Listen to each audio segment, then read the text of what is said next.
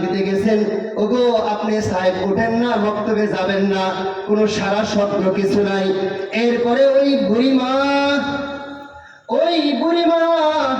সিঁড়ি দিয়ে উঠে তার স্বামীকে ধাক্কা দিছেন, যা দেখে তার স্বামী সোজা হয়ে শুয়ে আছে। তার মানে সেই পরকালে ডাকে সাড়া দিয়ে দিছেন, দুনিয়ার মধ্যে আর জীবিত নাই। একটা পর্যায়ে গিয়ে তাকে ওখান থেকে কোলে করে নিচে নামাইছেন। নামানোর পরে সুন্দরভাবে গোসল টোসল করাইছেন, খাটলির মধ্যে শোয়া কবরের মধ্যে দাফন করছেন। দাফন করার পরে যখন তাকে প্রশ্ন করা হয়েছে, মান রব্বুকা, তোমার রব কে? তখন সে জবাব দেয়, আলিফ বা তা সা, আমার নবিয়ুকা, তোমার নবী কে? তখন সে বলে আলিফ বা তা সা, আমার দীনুকা, তোমার দিন কি? তখন সে বলে আলিফ বা তা সা। ওই ফেরেশতা আল্লাহর দরবারে গিয়ে আরজু করছেন, হে আল্লাহ, তোমার কোন নাসর বান্দা দুনিয়া থেকে কবরের জিন্দেগির মধ্যে আসছে? আমি প্রশ্ন করি একটা, সে জবাব দেয় আরেকটা। আল্লাহ সুবহানাহু ওয়া তাআলা বলেন, আমার এই বান্দাকে জান্নাতের পোশাক পরায়া জান্নাতের মধ্যে নিয়ে দাও। সুবহানাল্লাহ। এর দোস্ত বুজুর্গ, কোরআন শিখতে গেলে তলবে ইলম যদি খাঁটি দিলে হওয়া যায়, বেশি আলেম হওয়ার জরুরি না। ইলম শিখতে হবে পরিপূর্ণভাবে, এটাও জরুরি না। মসজিদের কোণে বসে সারাদিন তাসবিহ তাহলিল পড়তে হবে, এটাও জরুরি না। জরুরি হইল আমি যেই ইলম হাসিল করব, যেই ইলমটা শিখব, ওই ইলমের উপরে পরিপূর্ণ আমল করার জন্য চেষ্টা করব। হাদিসের মধ্যে আসছে, আখলিস দীনাকা ইয়াকফিকাল আমালুল কলিল, তোমার আমলকে খাঁটি করো, অল্প আমলে নাজাতের জন্য যথেষ্ট হবে। সবাই বলুন সুবহানাল্লাহ। এই জন্য আমল যদি অল্প হয়, পারফেক্ট আলেম, একজন আলেম যদি যোগ্য হয়, তার থেকে যদি যোগ্য মানুষের থেকে যদি অল্প ইলম হাসিল করে আর ওই অল্প ইলম অনুসারে আমল করা হয়, হতে পারে সেটা নাজাতের ওসিলা আমার জন্য। এজন্য আমাদের দুইটা জিনিস শিখতে হবে, ইলমে নববী, ইলমে ওহী। আমরা যদি ইলমে ওহীর ইলম না শিখি, কবি বলেছেন, দেখ লো আয়ে কিস্তি বানো, কিস্তি আপনি দেখ লো, গহরায়ে দরিয়া মে अंदर কিস্তি না ডুব জানে দো। এর দোস্ত বুজুর্গ, আটলান্টিক মহাসাগরের মধ্যে বড় বড় জাহাজগুলো চলে। ওই জাহাজগুলোর একটা নির্দিষ্ট সীমারেখা আছে। ওই জাহাজগুলোর মধ্যে একজন মাঝি আছে, যেই মাঝির কাজ হইল বাংলাদেশ থেকে সে জাহাজটিকে ছাড়বে, সে লন্ডনে গিয়ে নদীপথে গিয়ে লন্ডনে গিয়ে পৌঁছবে। তার এটা টার্গেট ঠিক করা আছে। একটা মুসলমান যখন তার জীবনকে পরিচালনা করবে, আমি তো অন্যান্য ধর্মাবলম্বী নাই না, আমার জন্য আল্লাহ রাব্বুল আলামিনের দরবারে জবাব দিতে হবে। আমার কবরের মধ্যে 3.5 হাত কবরের মধ্যে যখন আমাকে কবরস্থ করা হবে, তখন সেই কবরের হিসাব আমাকে দিতে হবে। অন্যান্য ধর্মাবলম্বী যারা আছে তারা বলে, আমাদেরকে পুরলে আর আল্লাহ খুঁজা পাবে না, নাউজুবিল্লাহ।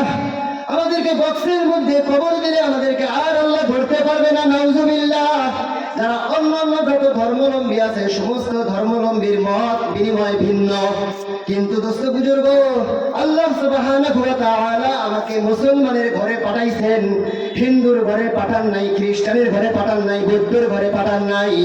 আমি মুসলমান হয়ে যখন দুনিয়ার মধ্যে এসেছি, মুসলমান হয়ে যেহেতু আমি লালিত পালিত হয়েছি, আমার জীবনের লক্ষ্য উদ্দেশ্য আছে। দুনিয়ার জিন্দেগি আমার জন্য ক্ষণস্থায়ী, আখিরাতের জিন্দেগি আমার জন্য স্থায়ী। এই জন্য আখিরাতের জিন্দেগি অর্জন করতে গেলে আমাকে টার্গেট নিয়ে বাঁচতে হবে। যে কয়দিন আমি টার্গেট নিয়ে বাঁচবো, আমি মুসলমান হয়ে বাঁচতে চাই। আমি হিন্দু বৌদ্ধ খ্রিস্টানদের ন্যায় বাঁচতে চাই না, আমি মুরগির ন্যায় বাঁচতে চাই না, বিড়ালের ন্যায় বাঁচতে চাই না, শ্রীগালের ন্যায় বাঁচতে চাই না। যতক্ষণ বাঁচতে চাই সিংহের ন্যায় বাঁচতে চাই। মুসলিম জাতি একটা হুঙ্কার দিবে, সমস্ত বাতিল গুলো লেজ গুটিয়ে পালাইতে থাকবে। আরে দোস্ত, আমার কি হইল? এমন ঈমান নিয়ে কেন বাঁচতেছি সমাজের মধ্যে?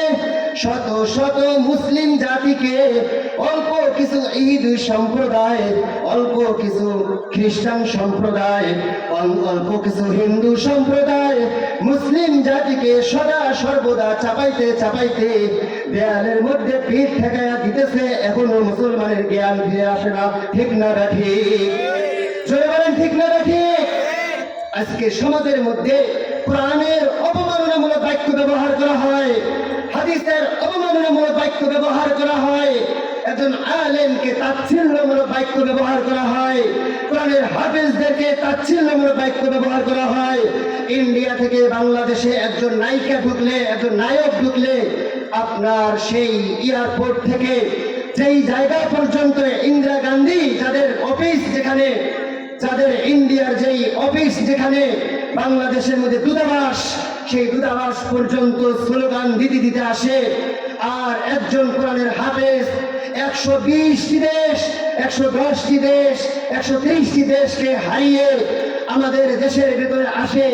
সরকারের পক্ষ থেকে কোনো স্লোগান থাকে না, সরকারের পক্ষ থেকে কোনো নিরাপত্তার ব্যবস্থা থাকে না। আজকে আলেম সমাজদেরকে যারা তাচ্ছিল্য করতেছেন, আমি মনে করব তারাই সমাজের মধ্যে তাচ্ছিল্য। ঠিক না ঠিক? জোরে কথা বলেন ঠিক না ঠিক? আজকে মুসলমান জাতিকে যারা অপদস্থ করতে চাও, একটাই কথা তোমরা মনে রাখো, এলেমওয়ালা মানুষগুলো কোনোদিন বাবা আদম আলাইহিস সালাতু ওয়াস সালাম থেকে নিয়ে আজ পর্যন্ত কোনোদিন পিছুপা হয় নাই, আর কোনোদিন পিছুপা হবে না।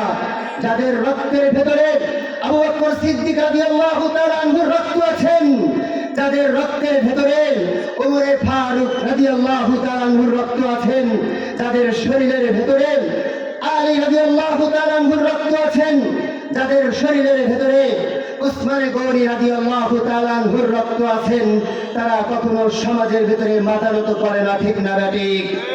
আজকে সমাজ দূষিত হয়ে গেছেন, সঠিকভাবে কোরআনের কথা বলা যায় না, সঠিকভাবে হাদিসের কথা বলা যায় না। আজ এক শ্রেণীর মুসলিম জাতির গায়ের ভেতরে চুলকায়। একটা মাদ্রাসা যখন উঠাইতে যাবেন, এলাকার মেম্বার, চেয়ারম্যান, এলাকার নেতা, খেতা, পাতি নেতা, সকল নেতাদেরকে ডাকতে হয়। একটা গির্জা তুলতে গেলে সকলকে ডাকতে হয় না, একটা মন্দির করতে গেলে সকলকে ডাকতে হয় না, একটা মাদ্রাসা দাঁড় করাইতে গেলে থানা পারমিশন নিতে হয়। একজন মসজিদের খতিব যখন মসজিদের মেম্বারের মধ্যে কথা বলবে, তখন উঁচু গলায় কথা বলতে পারে না, তাকে সিগন্যাল দেওয়া হয়, এই বিষয়ে আলোচনা করেন না। একটা মাইক, মসজিদের মধ্যে মাইক যখন কোন একটা প্রোগ্রামের মধ্যে ব্যবহার করা হয়, এই সমস্ত ধর্মীয় প্রোগ্রামগুলোর মধ্যে যখন মাইক ব্যবহার করা হয়, তখন একটু কড়া কথা বললেই সাথে সাথে যারা আয়োজক থাকে তাদের কাছে মাইকে নিয়ে আসে, ফোন আসে যে এই আলোচনাগুলো কে করতেছেন। এ দোস্ত বুজুর্গ, যখন ডানে বামে হিন্দুয়ানি কোনো কালচার হয়, ডানে বামে যখন যাত্রার কোনো পাড়া হয়, ডানে বামে যখন কোনো গান বাজনা চলে, মসজিদের ইমাম তো আপনাকে বাধা দিতে চায় না, আপনার স্বাধীনতা ক্ষুণ্ণ করতে চায় না। কেন আপনি এক ইসলামের উপরে আপনি আঘাত হানতে চান? বোঝা গেল এই আঘাত হানার পেছনেই আমরাই দায়ী। কেন আমরা ঐক্যবদ্ধ থাকতে পারি না? ঠিক না ঠিক? আমরা যদি মুসলিমরা ঐক্যবদ্ধ থাকতে পারি, পশ্চিমকালেও আমাদেরকে কেউ দূরে সরাতে পারবে না। ঠিক না ঠিক? আমরা কে ঐক্যবদ্ধতা হাত তুলে দেখাই। সমাজের আল্লাহ তুমি কবুল করে নাও। হে আল্লাহ, আমাদের প্রত্যেকে ঈমানওয়ালা হওয়ার জন্য তৌফিক দান করুন। আজকে সমাজের মধ্যে হাত নামান, সমাজের মধ্যে মাদ্রাসা কায়েম করতে হবে, সমাজের মধ্যে মসজিদের মধ্যে হক কথা বলতে দিতে হবে, সমাজের মধ্যে সঠিক নেতৃত্ব দেওয়ার জন্য সদা সর্বদা যুবকদের ভূমিকা পালন করতে হবে। আর সদা সর্বদা ভূমিকা পালন করার জন্য দুই ব্যক্তির দরকার। সদা সর্বদা ভূমিকা পালন করার জন্য দুই ব্যক্তির দরকার। আমাদের রাহবার যারা হবে উলামায়ে হক, তাদের দরকার, এবং যুব সমাজ দরকার। যুব সমাজ যখন গঠিত হবে, যুব সমাজ গঠন করার জন্য একজন আদর্শ মায়ের দরকার। হুসনে সিরাত গিরনা বাশত, হুসনে সিরাত হিজনিস, গুল আগার খুশবু নদারাত, কবেলে গুলজার নিস। এত সুন্দর বাগান সাজানো হয়েছে, আমার ডাইনে বামে বাগান সাজানো হয়েছে, সুন্দর সুন্দর রাশি রাশি ফুল দিয়ে বাগান সাজানো হয়েছে। একটা বাগান থেকেও সুঘ্রাণ ছড়ায় না, একটা ফুল থেকেও সুঘ্রাণ ছড়ায় না। মালিক পরশম চিন্তা করে এই ফুলগুলো যেহেতু সুগন্ধি ছড়ায় না, এই ফুলগুলো থেকে কোনো ঘ্রাণ ছড়ায় না, এই ফুলগুলো বাগানে থাকার কোনো যোগ্যতা নাই। যেমনটা আপনার আমার সামনে অত সুন্দর সুন্দর শিমুল গাছের ফুলগুলো ফুটে, শিমুল গাছের ফুলগুলো ফোটার পরে দেখতে খুব সুন্দর দেখা যায়, কিন্তু ওই ফুলগুলোকে কেউ নাকের কাছে নেয় না, ওই ফুলগুলো কেউ পাড়ায় পাড়ায় সবাই